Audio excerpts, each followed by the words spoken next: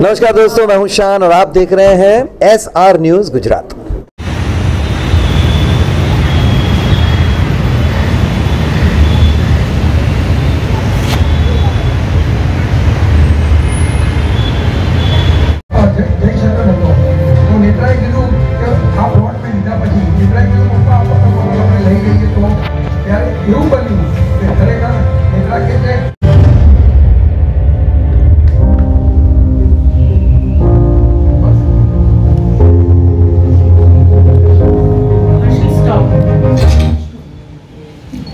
આવેલા મહેમાનોને એક મારી દર ગુજર છે કે અહીંયા જગ્યાની થોડી સંકળાશ છે, પણ અમારા મનની મોકળાશ જોશો તે બહુ વિશાળ છે અને બધાને અમારો હૃદયથી આવકાર છે।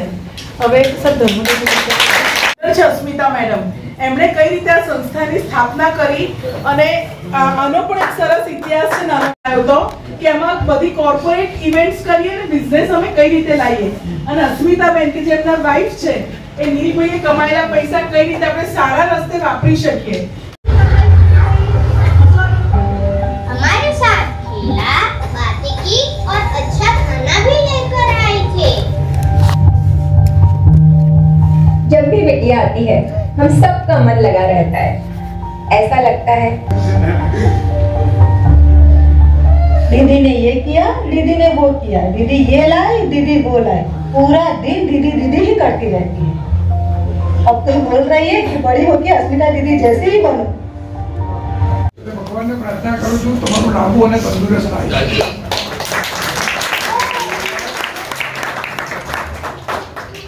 પેરીન ભાઈ તમે પણ સાથે આવી જાવ ને। ખરેખર ખૂબ ધન્યવાદ।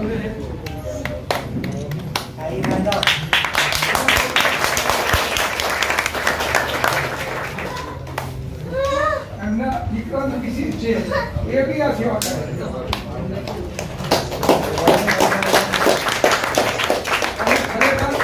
આવી સંસ્થાને લાવવા માટે માર્ગદર્શન કરનાર અને લાયક જગતને અને વાતમાંથી વાત નીકળી તો આવા દીકરાઓને અહીંયા લાવવા માટે અમને માર્ગદર્શન કરવા માટે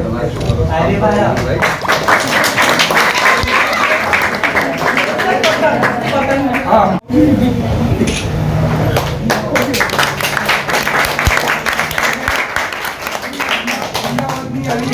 સંસ્થાનો જે પ્રોગ્રામ છે એની અંદર મુકેશભાઈના ખાસ મિત્ર આયા છે, કઝિન ફ્લોરિડાથી આયા છે।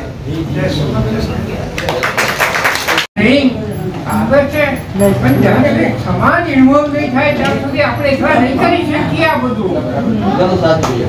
અને પરિણામ એ આવ્યું મારે જ્યારે 82 વર્ષ પૂરા થયા ત્યારે મેં મારા દીકરાને કીધું કે ભાઈ આપણે આ કામ બંધ કરીએ, કારણ કે આ સ્થળ ઉપર જ રહેવું પડે ને 24 કલાકની જવાબદારી છે। જે જન્મ આપીને માતાએ કરવાનું કામ છે એ આપણે કરવાનું છે। તો મારા દીકરોને પુત્ર વધુ કે ના અમે પણ આટલું બધું સાથ સહકાર આપ્યો છે, બનતું નથી કરવું। તો મેં કીધું કે ભાઈ તું M.Com LLB છે બરાબર છે, પણ આ લાઈનની ટ્રેનિંગ તો જરૂરી છે। ડિગ્રી વિનાના ડોક્ટર કહેવાશો નહીં તો 2 વર્ષનું 50 વર્ષની ઉંમરે મેં એને કોર્સ સ્પેશિयल एजुकेटर्सનો કોર્સ કરાવ્યો। आपका नाम और होगा? डॉक्टर गर्ग शुक्ल। आप ये जो समिता ही चलाते हो ये कब से चलाते हो और आपको ऐसा विचार कैसा है चलाने का? ऐसा मैंने 1998 में स्टार्ट किया और मैंने सोचा कि डिग्री होना एक बात है लेकिन प्रैक्टिकली काम करना मुश्किल बात होती है। तो घर में 2 बच्चे रखे, फिर उसको फैमिली को सेटिंग हुआ बराबर 2 का 4 10 करके बाद में मैंने बढ़वाया और मैंने इसमें डॉक्टरेट किया है child care development and curriculum पर। तो उससे मैंने आइडिया आया। तो मेरी डॉटर थी तो वो MA विथ साइकोलॉजी थी, तो मैंने उसको बताया कि तुम ये 2 साल का कोर्स है, स्पेशल एजुकेटर्स बोलते हैं उसको, तो 2 साल का कोर्स कर ले तो फॉरेन में बहुत अच्छा जॉब मिलेगा और अच्छा भी है वहाँ। तो जब जॉब वो कोर्स करने के लिए पहुँच गई तो अलग अलग संस्था की मुलाकात ली है इससे दिव्यांग बच्चों की। तो उसको पता चला कि पापा ऐसा है टॉयलेट अटेंडेंट जो सेल्फ केयर नहीं कर सकते हैं, छोटे जन्म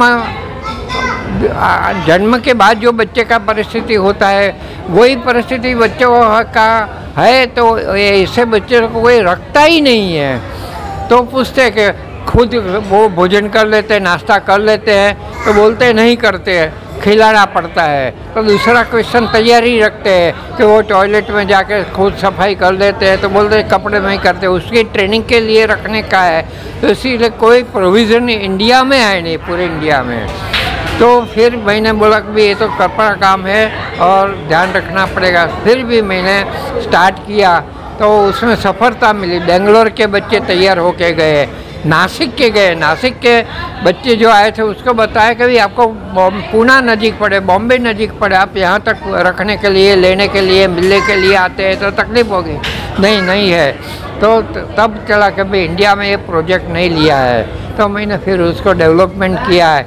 और मैं बीएड कॉलेज में साइकोलॉजी का प्रोफेसर था, तो मेरा रिटायरमेंट 97 में आता था, और मेरा धर्मपत्नी थी, उसका रिटायरमेंट भी 98 में आता था। वो टेलीफोन्स में जॉब करती थी, तो दोनों का प्रोविडेंट फंड, ग्रेजुटी, आधा पेंशन 23 लाख आया था हमको।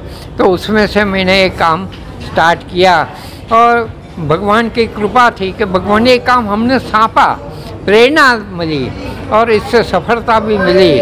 आज 50 बच्चों की कैपेसिटी है मेरी, और वेटिंग में 400-500 बच्चे वेटिंग में एडमिशन के लिए क्यू में खड़े रहे हैं। तो ये परिस्थिति है। अभी तक कितने बच्चे आपने रखे? अभी तक कितने बच्चे रखे आपके इसमें? अभी 240-50 तैयार होके गए अभी तक। अच्छा, टोटल? हाँ, क्योंकि तुमने जब से स्टार्ट किया, जब से अभी तक कितने बच्चे तैयार हुए होंगे? तैयार होके बस अभी तक 1997 में स्टार्ट किया था, तो अभी तक 240-250 बच्चे तैयार होके गए। कई बच्चे तो जॉब में भी लग गए। अपने पापा ग्रैंडफादर की बिजनेस की दुकान थी, तो उसमें दुकान में लग गए। हम लोग ने वो बताया फैमिली को कि उसको मैरिज मत कराओ, जेनेटिक प्रॉब्लम्स होगा तो उसमें भी आएगा। तो उसको बॉम्बे की लड़की भी मिली और सेट हुआ, तो हमको उत्साह मिला। आज आपका क्या प्रोग्राम था यहाँ पर? और आज भी ये बच्चों को ट्रेनिंग देते हैं, तो जिसके घर में डॉक्टर है 2-2, 3-3, वो उसका घर का बच्चा भी आज ट्रेनिंग में हमारे वहाँ है, ऐसा है। आज कितने बच्चों का प्रोग्राम यहाँ पर आपने आयोजन किया? हाँ, 50 बच्चे का प्रोग्राम है आज, 50 बच्चे का। आप कहीं से चंदा? हमारा कैपेसिटी 50 की है, स्टाफ भी 50 के बच्चे। कहीं से चंदा या फंड लेते हैं इसमें? जी, कोई चंदा या फंड लेते हैं आप इसमें? डोनेशन हाँ, डोनेशन कभी आते हैं जब, क्योंकि हमारा बहुत प्रचार नहीं होता है, कोई हमारा प्रोपेगेंडा नहीं है ऐसा कि चलो भैया ऐसा करो, इसलिए कभी कभी अभी डोनेशन में आते हैं, जिसको पता चलता है। इंशाल्लाह जाएगा तो तुम्हारा नाम एड्रेस डालेंगे तो कोई ना कोई तो इंशाल्लाह आएगा जी। आपका नाम और होगा?